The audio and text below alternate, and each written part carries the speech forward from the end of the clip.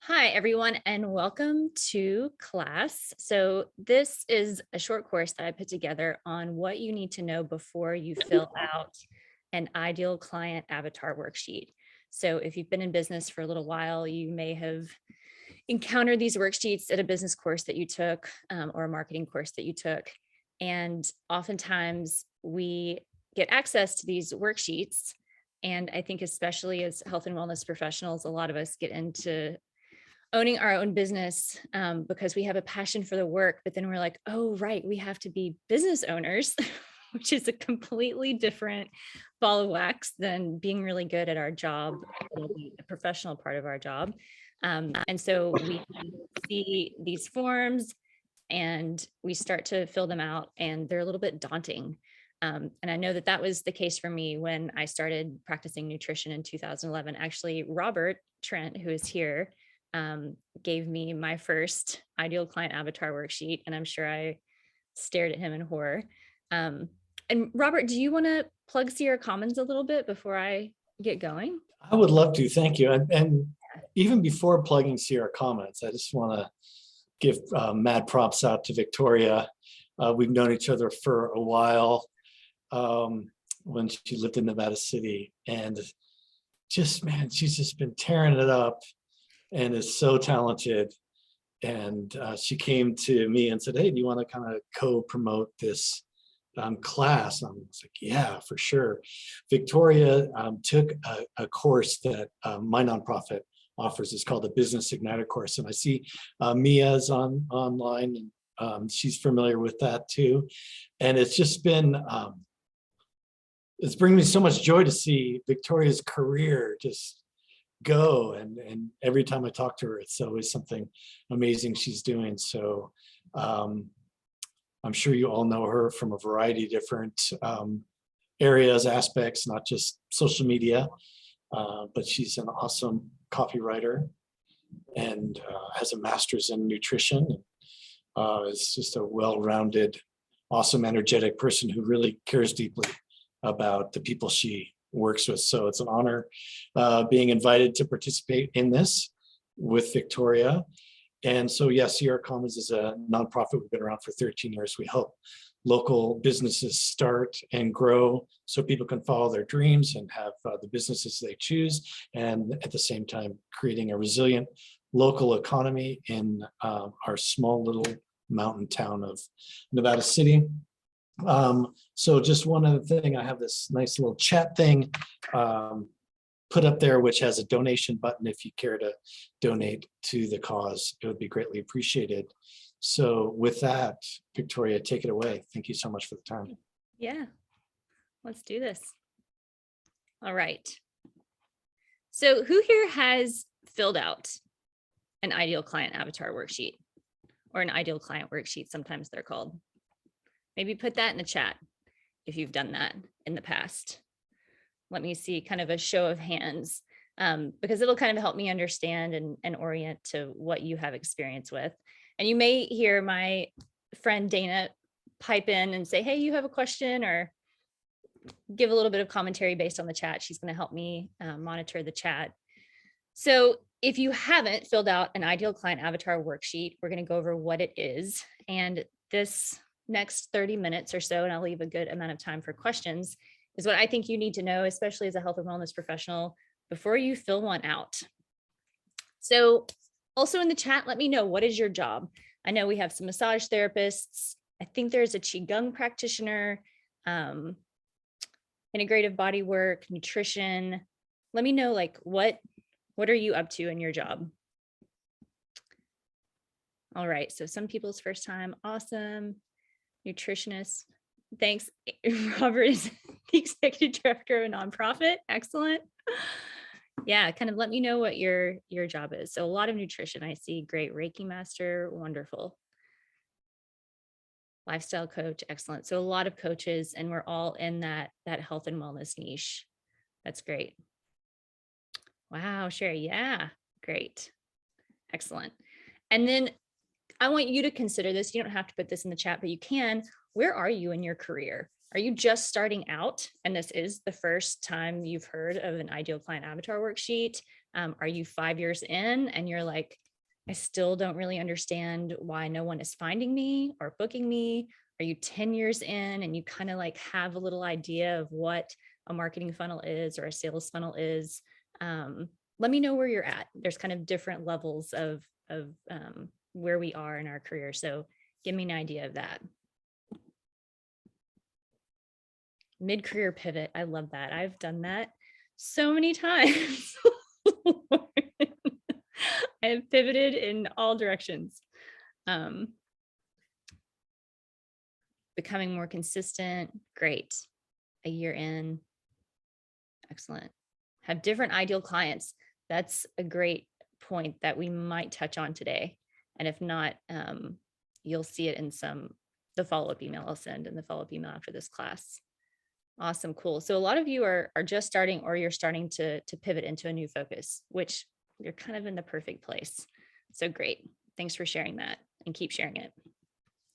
So the first thing I want to do with you is just check your mindset. We love our fields. That's why we study nutrition, right? Or why we study massage or why we do lifestyle coaching. So we tend to kind of have this all-encompassing feeling of like just our job, like just nutrition, right? And we can get really granular. Like I'm going to talk to people about prostaglandins and fatty acids and inflammatory pathways, and Mia, who's studied body work extensively, she may get just really into like the anatomy of the knee and like want to write a blog post about the knee. So kind of just close your eyes and think like, is your mindset really in your field? Is that generally where your mind is hanging out? Or is your mindset someplace else? So is your mindset maybe more on your clients than on just your field and the parts of your field that you're interested in? Kind of where, on that, it's kind of a spectrum, do you lie? Some people are just completely, let's say, nutrition focused. Other people are completely client focused. Where are you in that? And really be honest with yourself. A way that you can kind of check this is to look at what is written on your website right now. So are you mainly speaking about the thing that you do, or are you mainly speaking to the people who might be helped by what you do? I want you to put a pin in this because we're going to come back to it. Okay, so kind of the question of the day is, what is an ideal client avatar, right? And why does this person matter? So in marketing classes, you will often be urged to the point of frustration, as a nutritionist I was, to pick your niche demographic, right? So the small group of people that you're going to focus your services to, and then even smaller than that, even more specific than that, a specific person. So you'll often see things like, okay, this person is between this and this age, they make this amount of money per year, their favorite color is yellow, right? Like all of these details. And I think most of us are like, okay, yeah, we get we're in a marketing class and like, oh, this niching thing though, like I just want to help everybody. And I remember I've said that to Robert 1,000 times. Like, no, I will not put my picture on my website. That's terrifying to me. And I want to help everybody. So most of us kind of, we resist, right? We resist this ideal client avatar. The thing is though, is why do they matter, right? So we are like urged to fill out these worksheets or like find this person. And I think the part that's often left out is the why, right? Why does this person matter? Okay. So I'm going to let you just read this quickly before I launch into my explanation. Can you all see the screen fully? Cool. Okay. So the reason that an ideal client avatar matters, right? An avatar is like a hypothetical persona that you're creating of your dream client, right? That's what an ideal avatar is. It's your dream client, but you kind of make up the details of this person. And we're going to get into like, how do you actually do that? The reason that this is important is because in the words that you put on your website, in your newsletters, in your blogs, the colors you pick for your website, the fonts you pick, these are all matched to the people that you want to work with. right? The people that are hypothetically going to hire you. Okay. So having this very specific knowledge of who this person is allows you to speak to them in their language, right? So read through this phrase again. They need to know that you can understand, like really deeply understand, and can speak to and solve their problems. So you may love digestion, right? Like I'm one of those people. I love digestion, all of the anatomy of digestion, the hormonal influence of digestion, the specific strains that we need, and probiotics. If you have a client who has really debilitating colitis, for instance, they probably don't care about all of that. They care about their pain, their inability to live their life, right? They have concerns that have nothing to do with the passion that you have. It doesn't mean your passion is an important part of what you do, right? We have to be educated, but you have to speak to your client, that specific client, in their language. So the dream clients that you want to fill up your practice, they need to hear from you in a way that they can understand. And that's the why of the ideal client avatar. Okay. So Dana, do we have any questions so far? Not yet. Awesome. Okay. So if anybody has questions, this is a good time to ask, because we're going to kind of elaborate on this why, but this is like the linchpin for the entire exercise of filling out an ideal client avatar worksheet, is to really get to know who your dream client is so you can talk to them. Okay. We did have one question come in from Sherry, if a website is necessary. So I guess it depends on what your business goals are, right? Like if you are wanting to work with your family or friends, then I don't think a website would be necessary at all. If you want to work with the people that you're just speaking with every day and you want to use your website kind of as a digital business card, it can be very simple and just used in that way.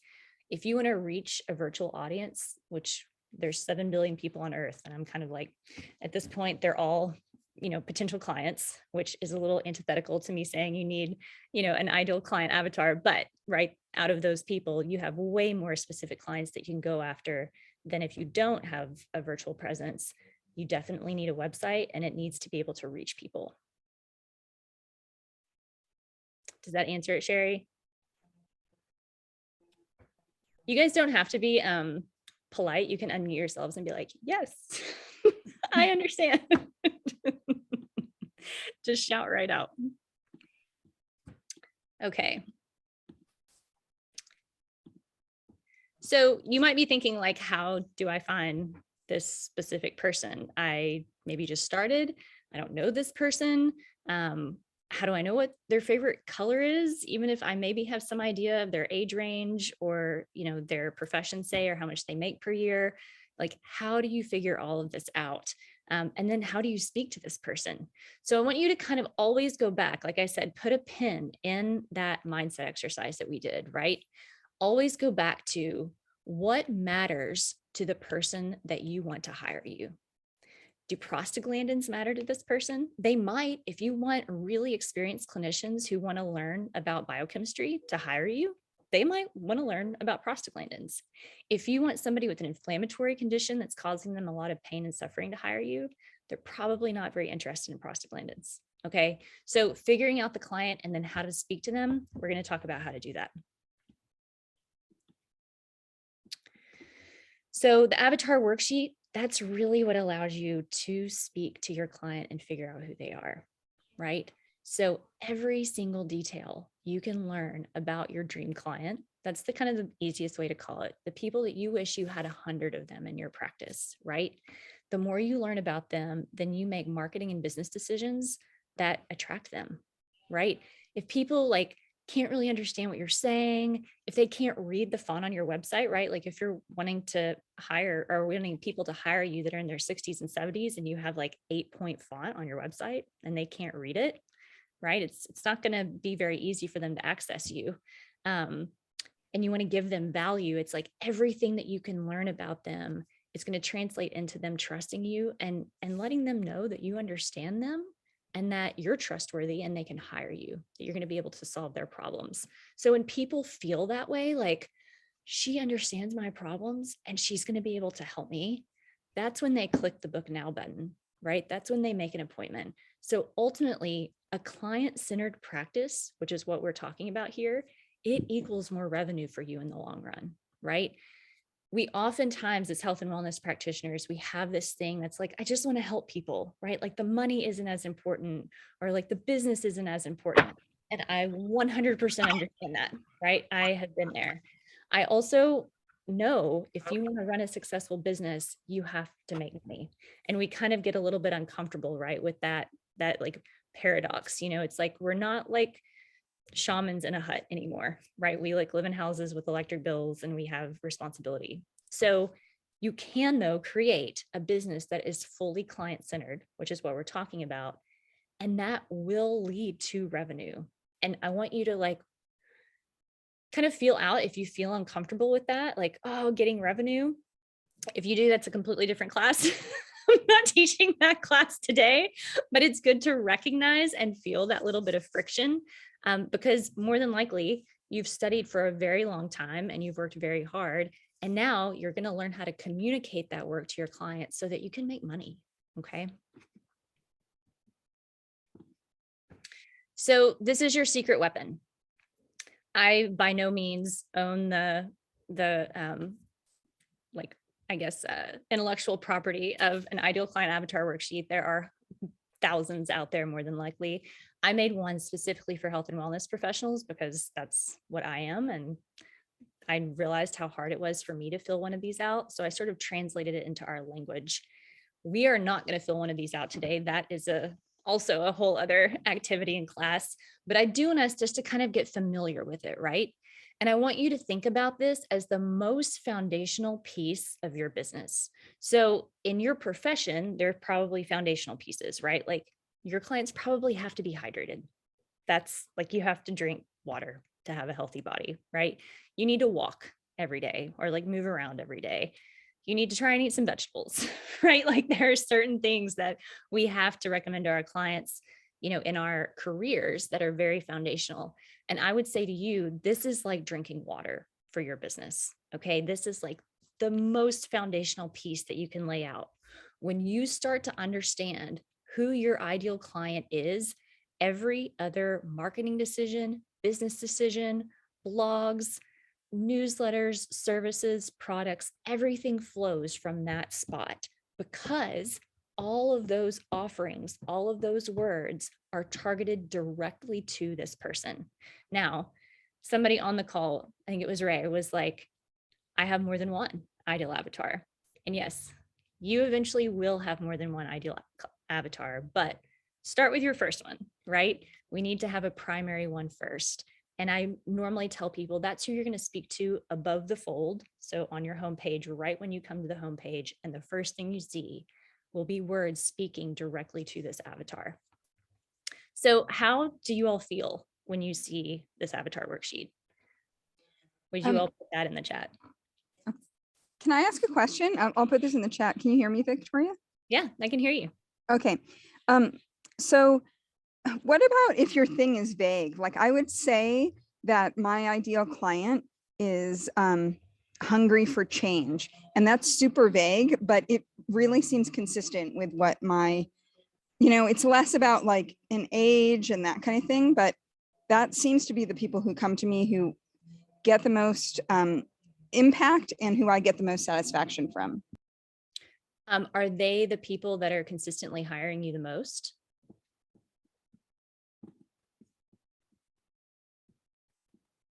I think so. I think maybe not necessarily I think so. Definitely in terms of like going deep, like using multiple services that I offer. Mm-hmm. And in terms of percentage wise, I'd say yes, but not necessarily. But it's still maybe like under 50%. And are they people that you enjoy working with the most? That would be my other question for you. Absolutely. 100%. Yeah. So whoever your favorite one of that under 50% is, let's say if it's 50%, just for ease of a number, make that person your ideal client avatar to begin with.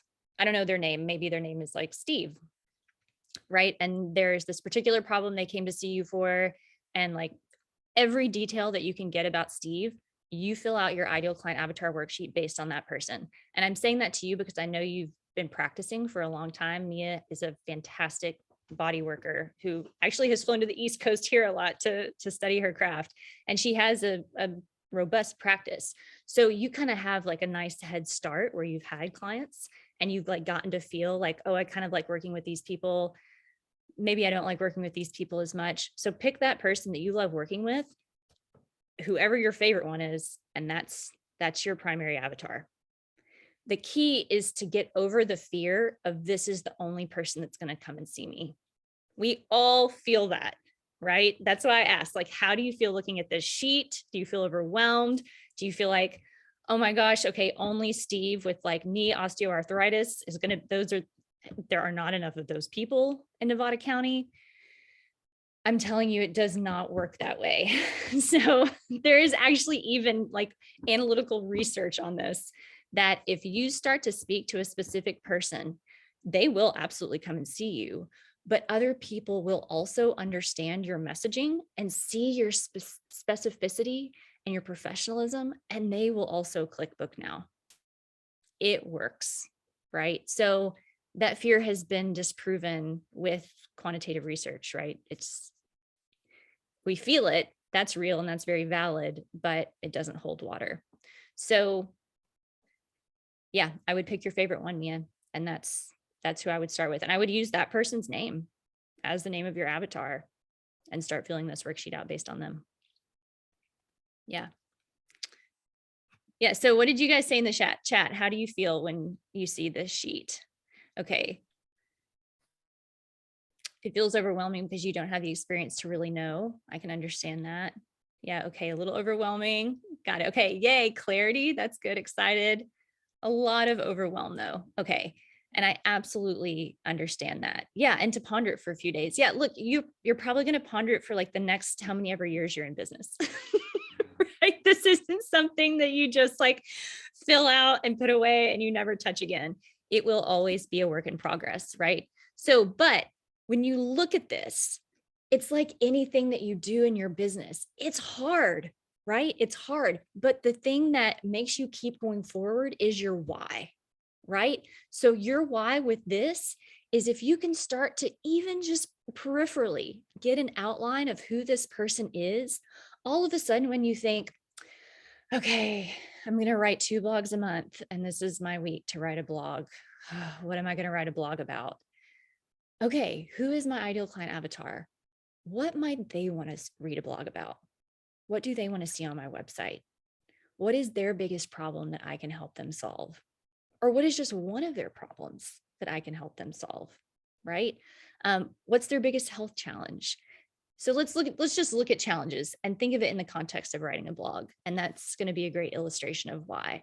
The biggest health challenge that your clients face, and if you're not really focused on health and wellness professional or in the health and wellness field, seeing clients that have health problems, you might be marketing to other wellness professionals, right? You might be marketing to other businesses.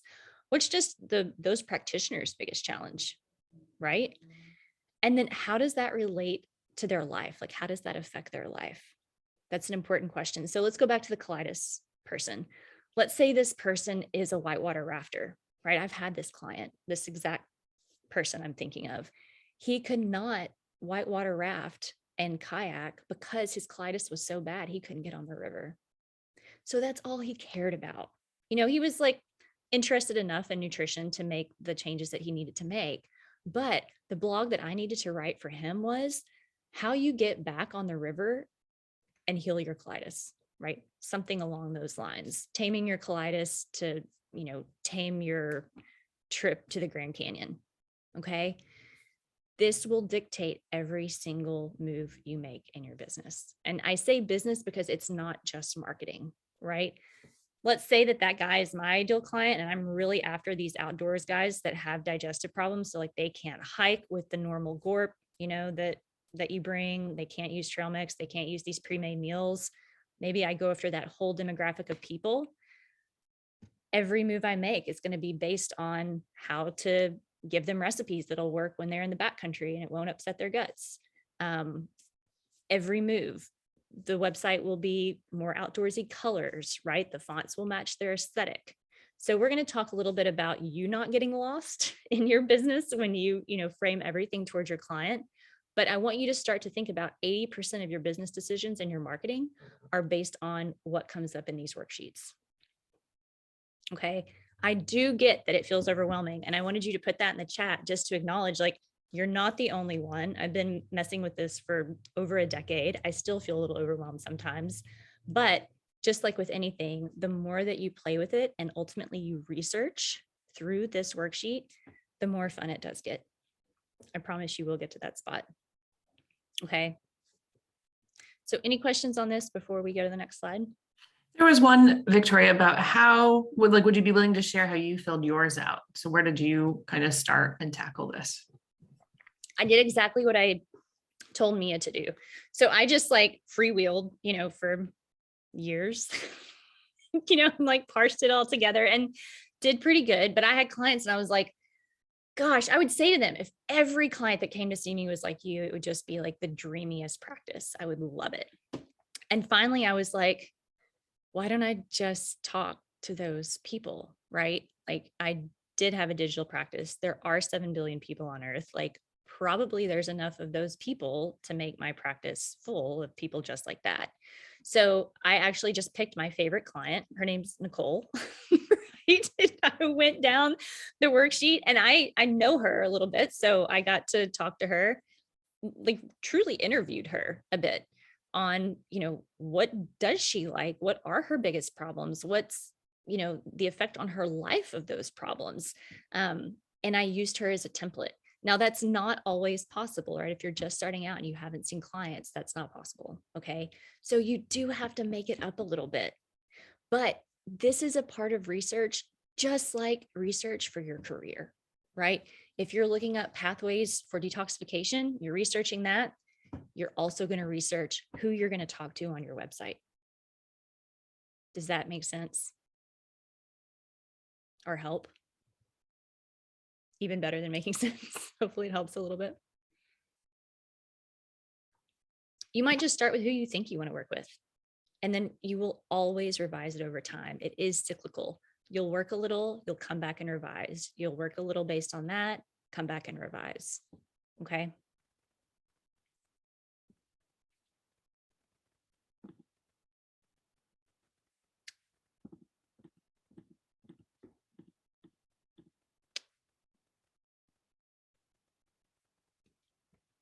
Right. So every detail equals ultimately revenue for you because that person feels understood and seen.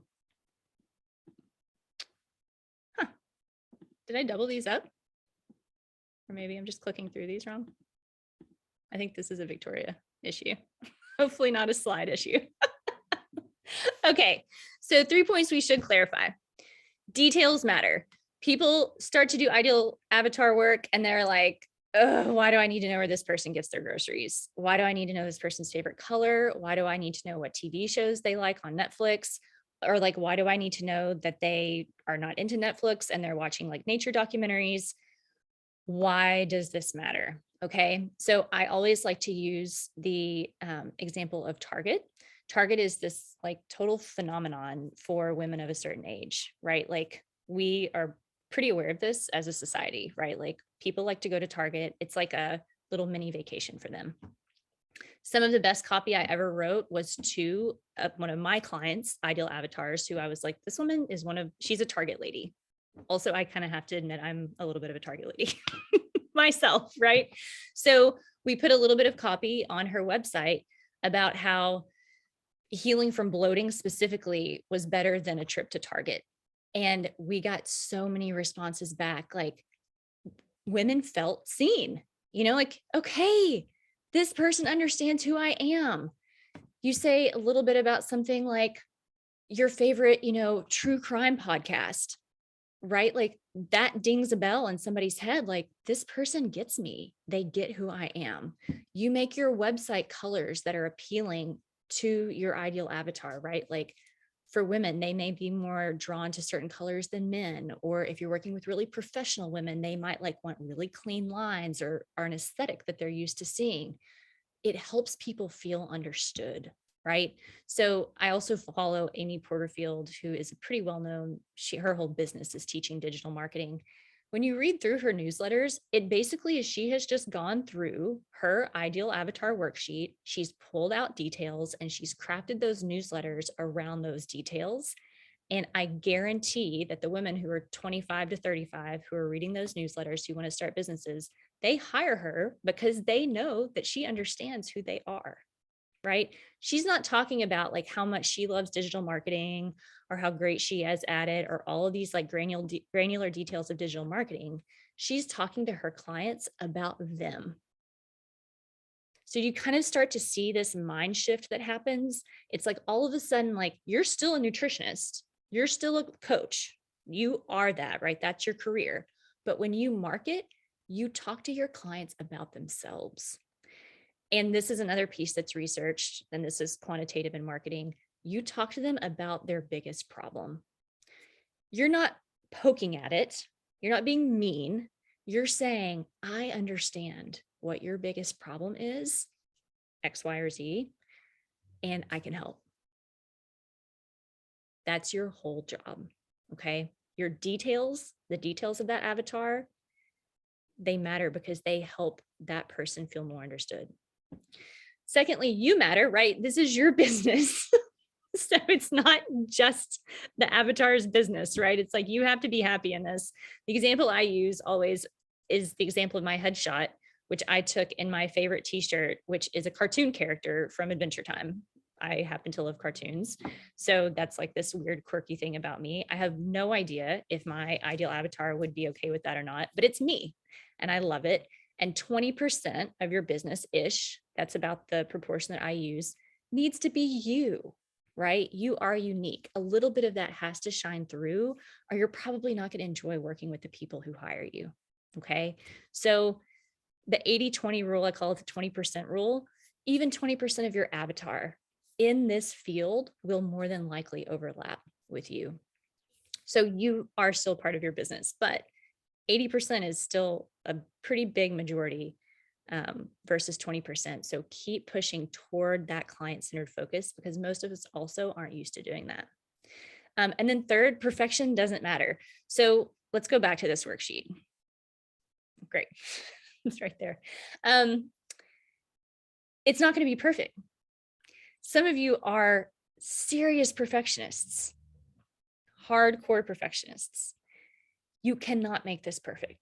It's okay. Just right now, take a deep breath and just let it go. Okay. You will always come back to revise this as you create the avatar, put your messaging out, get clients based on that messaging, revise, put the new messaging out, get clients based on that new messaging, come back to the avatar worksheet after you've seen those people and revise. It will always work in cycles like that. Okay. So your first time through, you're not going to make this perfect, and that's okay. It does not matter. You just have to start.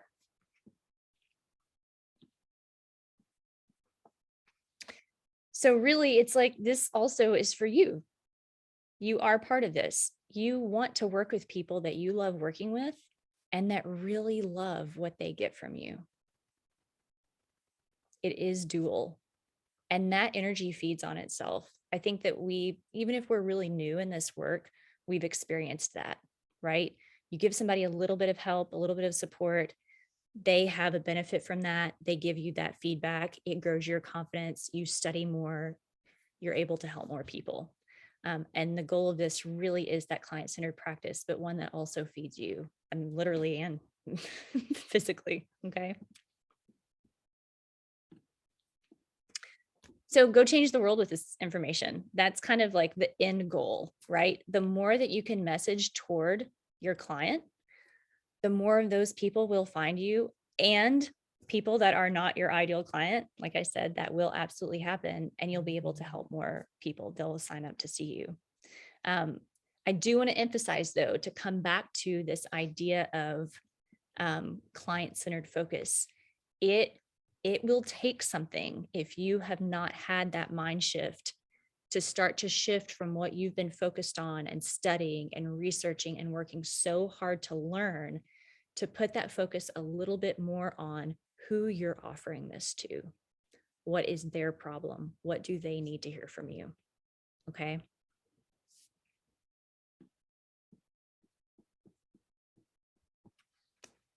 How are we doing on questions, Dana? I guess I can look now, which I'm happy to. Nothing yet, but maybe people want to ask questions live. Yeah, absolutely. I think the woman's name is Amy Porterfield. If I said Porterhouse, that's because I love steak. I put the link to her website in the chat. So Great.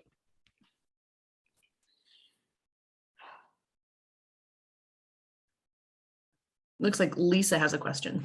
Yeah, go for it. So I wrote this in the chat too, but I was just wondering, Victoria, would you be willing to, it might be too late now, but would you be willing to share how you filled out your sheet, just so, you know, we can kind of hear your process and your own discovery? Yeah. So like I said, I mean, I drew it off of a woman that I've worked with. So let me share screen with you again so that we can look at the worksheet. Maybe. Yeah, I guess you did after I asked the question, I think you did kind of expand a little bit more on. Yeah, but can you guys see the slideshow? No. Okay, hang on, let me try to find it. I wonder if I just closed it by mistake. I literally just went down that worksheet. Here, let me pull up one that's bigger and I can share it also so that we can see the details. And I actually called her and said, hey, can I interview you for this worksheet that I'm filling out? And she was like, yeah. Weirdo. I mean, she kind of gets it too, because she's in our field, and she's doing a similar exercise for her. You went and asked her these questions, so she gave you her answers, and so they're not your made up answers, but they're her answers. Yeah, I interviewed her, and I recommend that if you're able to do that with somebody who you're like, I love working with this person, I would love to have more clients like them, absolutely interview them. That's a great idea. You can't do that. It's absolutely okay just to go through here and make it up based on, you know, your ideas the best way that you can. That's better than nothing, because you will start to put some messaging out there, right? It can be like not super specific in the beginning. Like, let's say your food sensitivities. Is that your focus? Yeah, so there Kati's with me, so that was Kati talking, and it's kind of confusing. We're on one computer. So my this is Lisa talking, and my specialty is food sensitivities. Yes, and yeah. Kati is more like lifestyle coaching and Ayurveda. Yeah. Yeah. So you might, you know, it's like, look, all of these are important. I don't want to say one is, well, maybe I do want to say this. Actually, I'm like, let me revise. Maybe I do want to say this is also research. And this is very cool, you know, because we think of marketing as sort of this like qualitative, like, oh, you know, like it should just look good and sound good. There is actual quantitative research on marketing and what works and what doesn't, right? So this is the part where people are like, marketing is sleazy and creepy, and I don't like it, is that, you know, we're in a traditional marketing course. They're like, you have to talk to the pain points, pain points. I guess it's just this alliteration that like comes up over and over and over in marketing. And people who are in the healing field are like, that sucks. Like, I'm trying to get people away from the pain. Okay. However, the human brain is evolutionarily wired to respond to their pain. Okay. I wish it wasn't that way. It's just the way it is, right? So the way that we have to message this compassionately is to do our research to figure out, okay, somebody who has food sensitivities, their biggest health challenge might be anaphylaxis. I mean, that's a pretty big health challenge. However, more than likely, it's just their day-to-day life. Like, they probably feel super crappy going out to sushi with their friends, and like anything that has touched sesame seeds, they cannot get near, right? You talk to them about that. Your blog would be like the top 5 tips to like go out to sushi and not feel like an outcast. right? So that's where that's the importance of filling out that influences circle. Yes. So Okay. I just made that. I have no idea, right? Maybe Right. their problem is like, they're terrified that their kid is going to get exposed to peanuts, right? So it's like, you might write to that problem, but we don't like put our finger in the wound and like jerk it around. We say, hey, I see what your problem is. It's like, you get to reflect back to them. I understand where you're at and I can help. That's the point, right? Of understanding the pain point. It's the challenges that these people are facing. And most of us know that personally, right? Like I worked with people with rosacea. I know it absolutely sucks. So like blogs that I might write to that are like how to go on a walk in the winter and your face not hurt.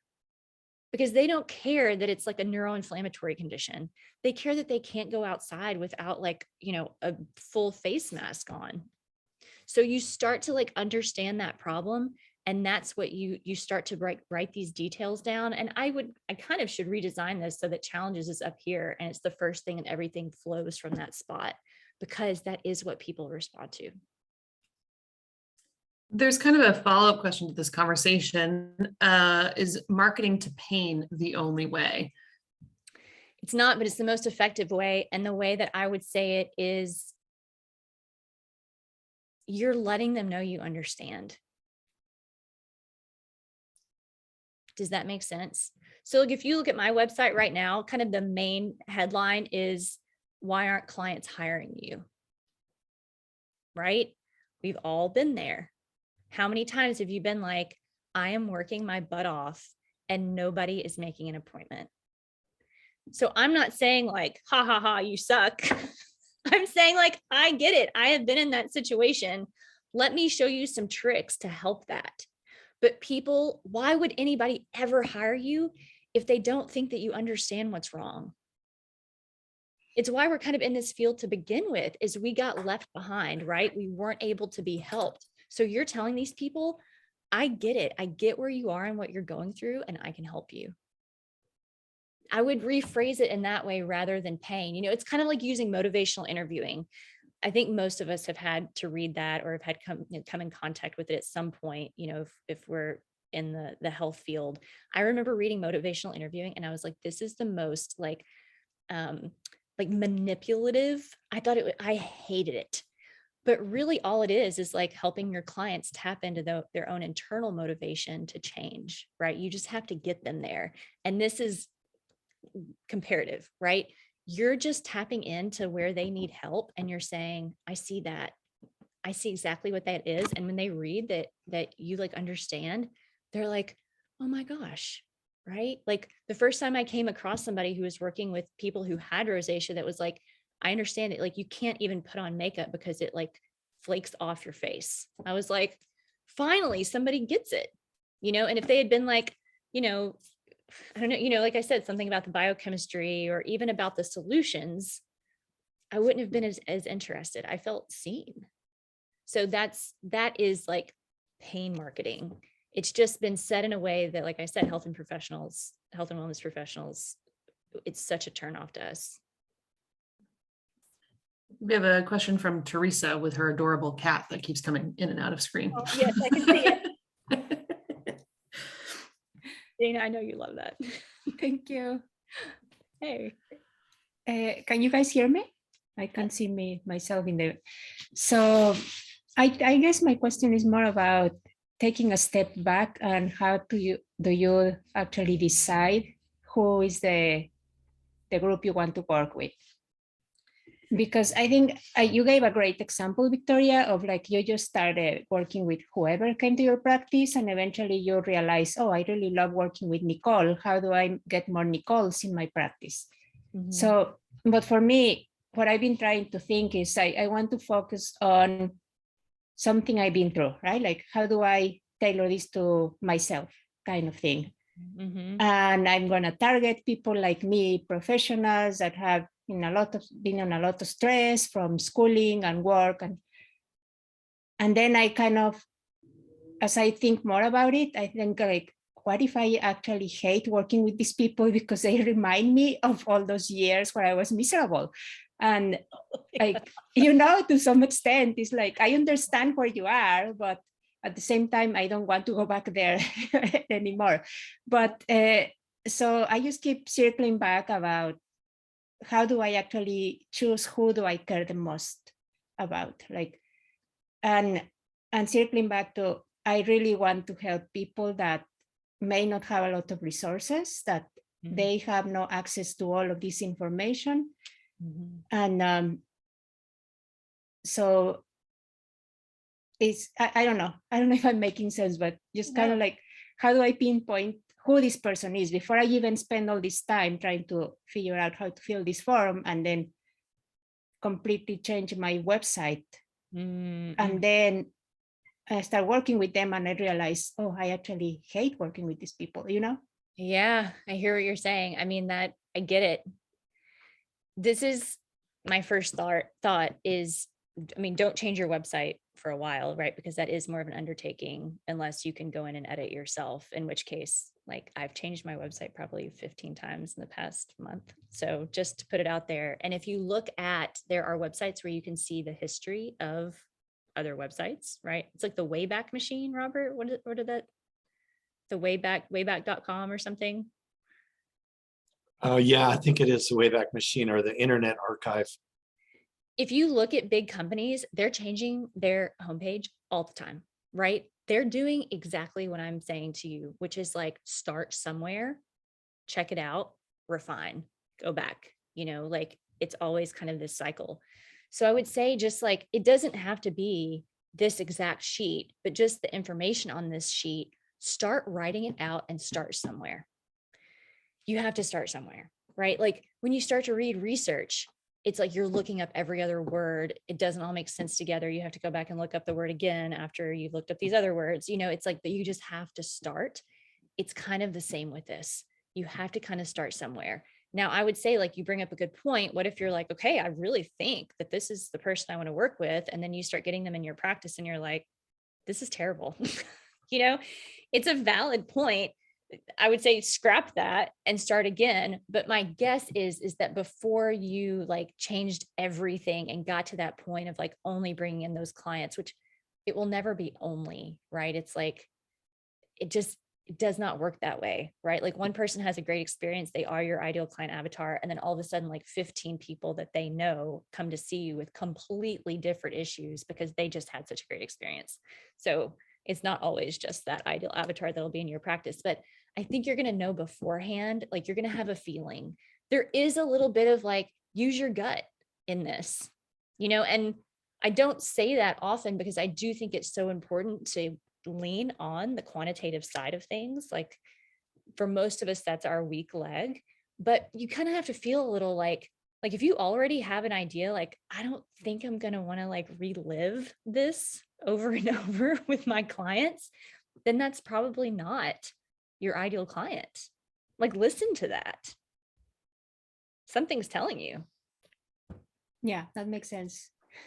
Yeah. Totally. And we've talked a little bit. So it's like, I think I have a little bit of a feeling for what you're after. And I think you know a lot more than you think. That just on a blank sheet of paper, start writing it out. Mhm. And it's not going to be perfect ever.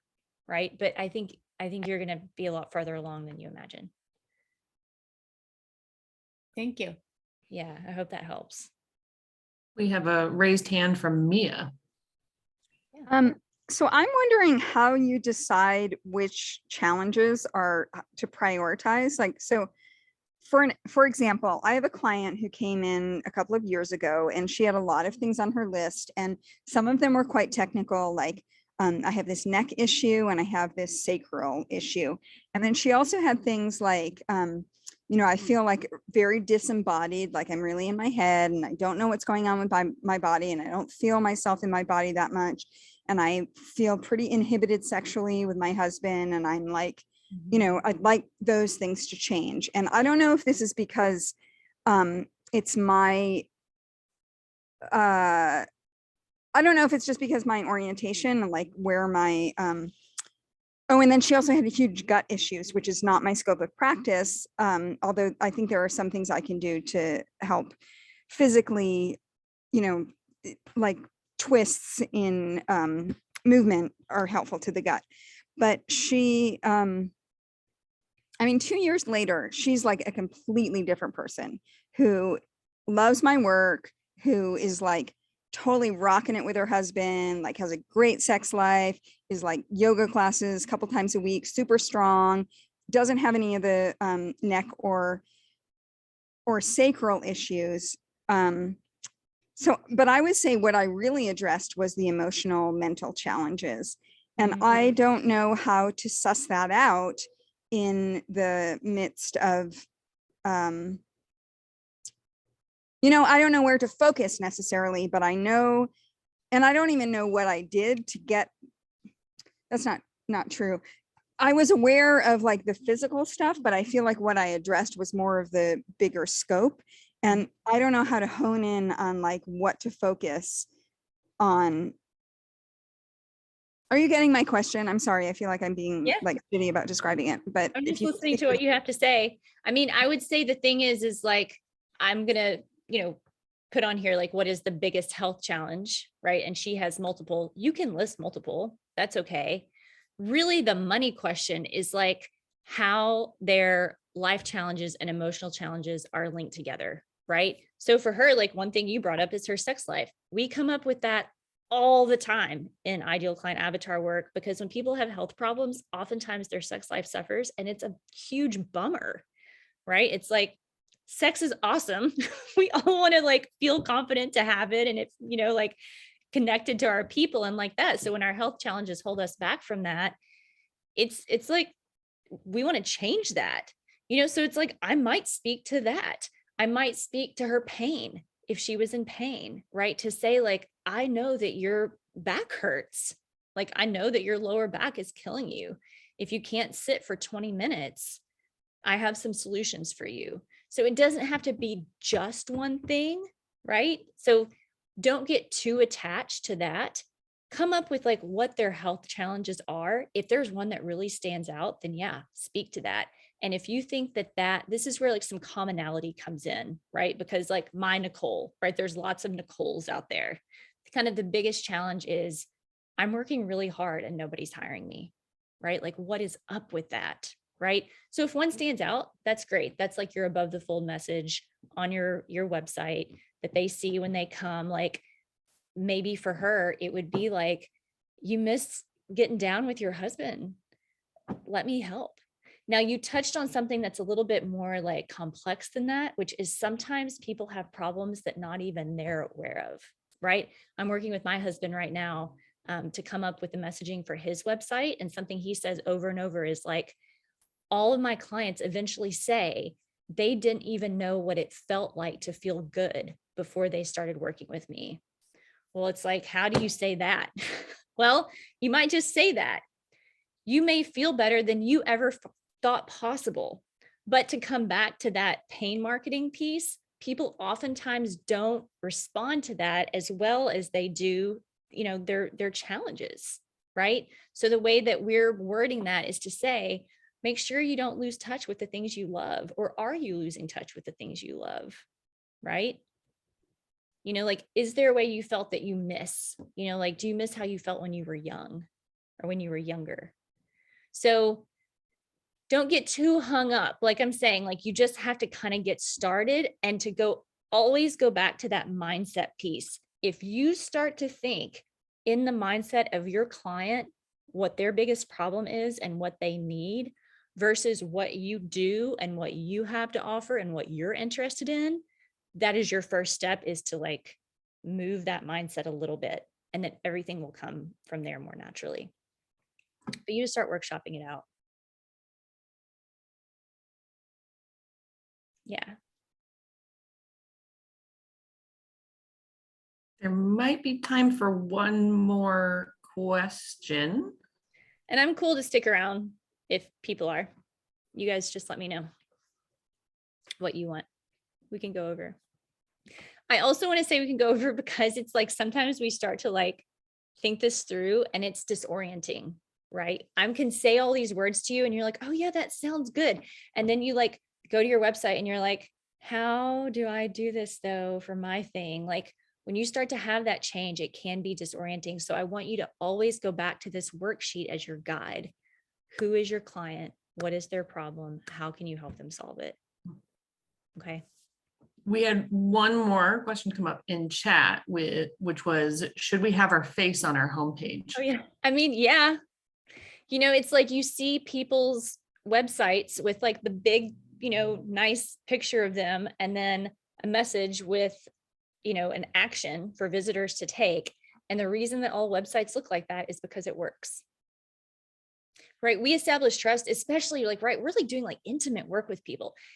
I mean, I guess buying a car is a huge investment. That's kind of intimate too, you know, so you could argue it for all kinds of products, but it's like, you know, like if people are like getting naked in our office and we're coming in and like massaging them, it's like, there's some trust that needs to be established there. Really good way to create rapport is just to put your photo there. So yeah, I mean, you don't have to. And I would even go back to, does your ideal client want to see you and kind of get to know you right there? Or are they not as concerned with that? It kind of always goes back to that thing. Like you got to drink water to stay alive. You can fast for 10 days, but you got to drink water. And with all of your business decisions, marketing decisions, you can do a lot of things, but like you've got to go back to that ideal avatar. And perhaps a related question, is it better to have our business named after our own name or a cute name we made up? So again, I mean, I'm kind of like, gosh, now I'm, you know, with every question, it goes back to like, who are you marketing to, right? If you're marketing to parents and you want to work with their kids, right? Maybe a cute name would be like appealing to that group, right? I mean, Google seems to be doing okay. These are not hard and fast rules. But it's like, if you're going after like professional women who are like, you know, corporate level positions, they might not be that into a cutesy name, you know, or they might be into a name that is like a little more like slick, or your name, right? There's like a level of professionalism or like appeal to certain audiences with that. And then you have to think the 20%, like what is going to make you feel stoked when you look at your website? Like I knew that my photo with a picture of Prismo, you know, on my t-shirt, every time I looked at it, I would be like, yes, I love those pictures. And I do, right? So even though it doesn't exactly fit, you know, I'm assuming what my avatar would want to see, I just put a suit jacket over it and it did the trick. So there's different ways to go about it, but I hope that helps.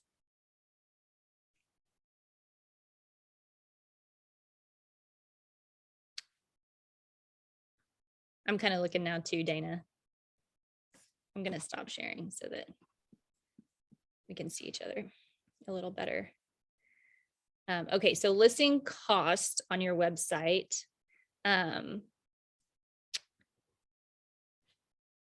This person's kind of basically asking, do you list cost on your website? This is like one of the most contentious questions in all of business. Like, do you put your cost on your website? I'm in the camp where I'm just like, yeah, 100%. There's no question. I'm very clear with what my prices are. I'm clear on who my avatar is. They don't have a problem with the pricing because the value that they're going to get from what I offer, it's just like, there's like no friction there at all.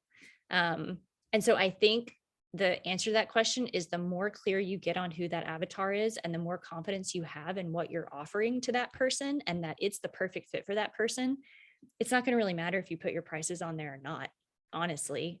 I know it's like you want to have that answer. If I had to give a definitive one, I would say like, yeah, put your prices.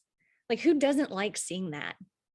Is there anybody who's like, I want to search for how much this thing costs? No. That's why they put those little scanners in like Walmart so you can scan the product to see the price in case the price tag isn't on it. You guys ever used one of those? Yeah, list your prices. It's I don't know, Robert, do you have a take on that? It seems silly to me to not list prices, but I'm maybe ignorant to something. Yeah, I'm on board. I think list the prices, and there's I see this a lot in the healthcare profession where there's people want discounts or there's trade or basically health practitioners I see have a tendency to devalue themselves. And so one way around that is to publish prices. And if you want to make $100 an hour or $200 an hour, whatever that is, publish that. But, you know, can set aside a certain amount of like up to taking scholarships or some type of discount that to show some flexibility, but not to overdo it. Your price is your price. Yeah. Okay, I hope not to be confusing, but this is something that I've dealt with a lot, and I don't list my prices. And partly that is because when I have like I do a 15-minute free interview with people, and they ask a lot of questions, and they always ask the price. And I feel like I need people to do the interview because I need more information about them, and they might need more information about me and the work that I do. So this might not apply to other people, but I don't feel uncomfortable with what I charge. I charge $145 a session, which is an hour and a half session. And I think I get paid really well to do what I do. And I also do not list anywhere on my website that I give discounts, but I wait for people to come to me because I have found that a lot of people who can't necessarily afford my work get a tremendous amount of benefit from it, sometimes more benefit than people who can afford it. But I do feel like there's something about them reaching out and asking the question. And I almost always, in fact, I can't think of an example where I haven't given someone a discount, but the people who pay my full price subsidize the people who don't. Yeah, I mean, that's a great point. I list my prices and people come to me and say, oh, I want to work with you, but I just can't afford this. And I say, hire me hourly. That's totally an option. But same, I want them to come to me. Yeah, it's like the iodine conversation in nutrition. Like iodine or no iodine. It's like one of those like controversial topics. Sherry, I can tell you who works on my website and who built it. And I will say this was my experience. I would have saved tens of thousands of dollars if I had hired somebody who was a professional in the beginning and just got it done. And I balked and balked and balked and worked on my website and hired out. And I wish I had just paid the money up front in the very beginning and got it done.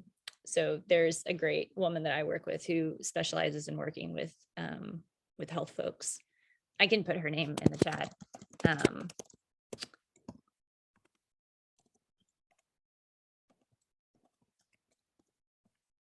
I would contact her. That's who I work with. Yeah, and again, for a website, it's like, what are your business goals?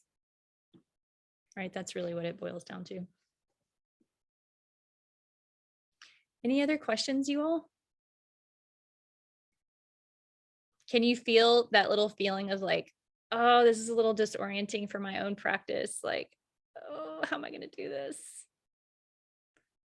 I would say sit in that feeling and just keep feeling it and start filling out that sheet. Hey, Victoria, sorry if I missed the boat, but did you send the sheet out or is it going to be available? Yeah, people got the sheet. And then after this is over, you'll get a recording. And I'll send you the ebook that goes along with this. So pretty short, but like kind of sums up everything. You'll have it in writing so you can look back at it and have a reference. Yeah, and if you want to know more about me, my business name is my name, my maiden name. I like to always plug that. After you get married, that can be an interesting conversation to have with your mother-in-law. So it's victorialafont.com. She's very cool about it, but we did have a conversation. Yeah, so tips are on there too, on that site. And start looking around at people's sites and see what they're saying. That is a really cool thing to do, right? So I'm writing the copy for my husband's site, who's a trainer. We've been looking at all these different personal training websites, and some of them I'm like, oh my gosh, they've got the mindset shift. They're speaking to their clients more than saying, this is what we do. It's more like, these are the problems that we can solve, right? And you see that they're speaking to the people that they want to come in. So start looking around at different words that people are putting on their website, the copy, what's in their newsletters. You can learn a lot from doing that. Okay, thank you, everyone. I hope this was valuable for you all. Have a great night. Thank you, Robert. Anything else about Sierra Commons? I guess we're all It's all long enough. good. I've plugged it enough. Okay. I appreciate everyone's generosity. Great. Have a great night, everyone. Thank you, Victoria. Bye-bye.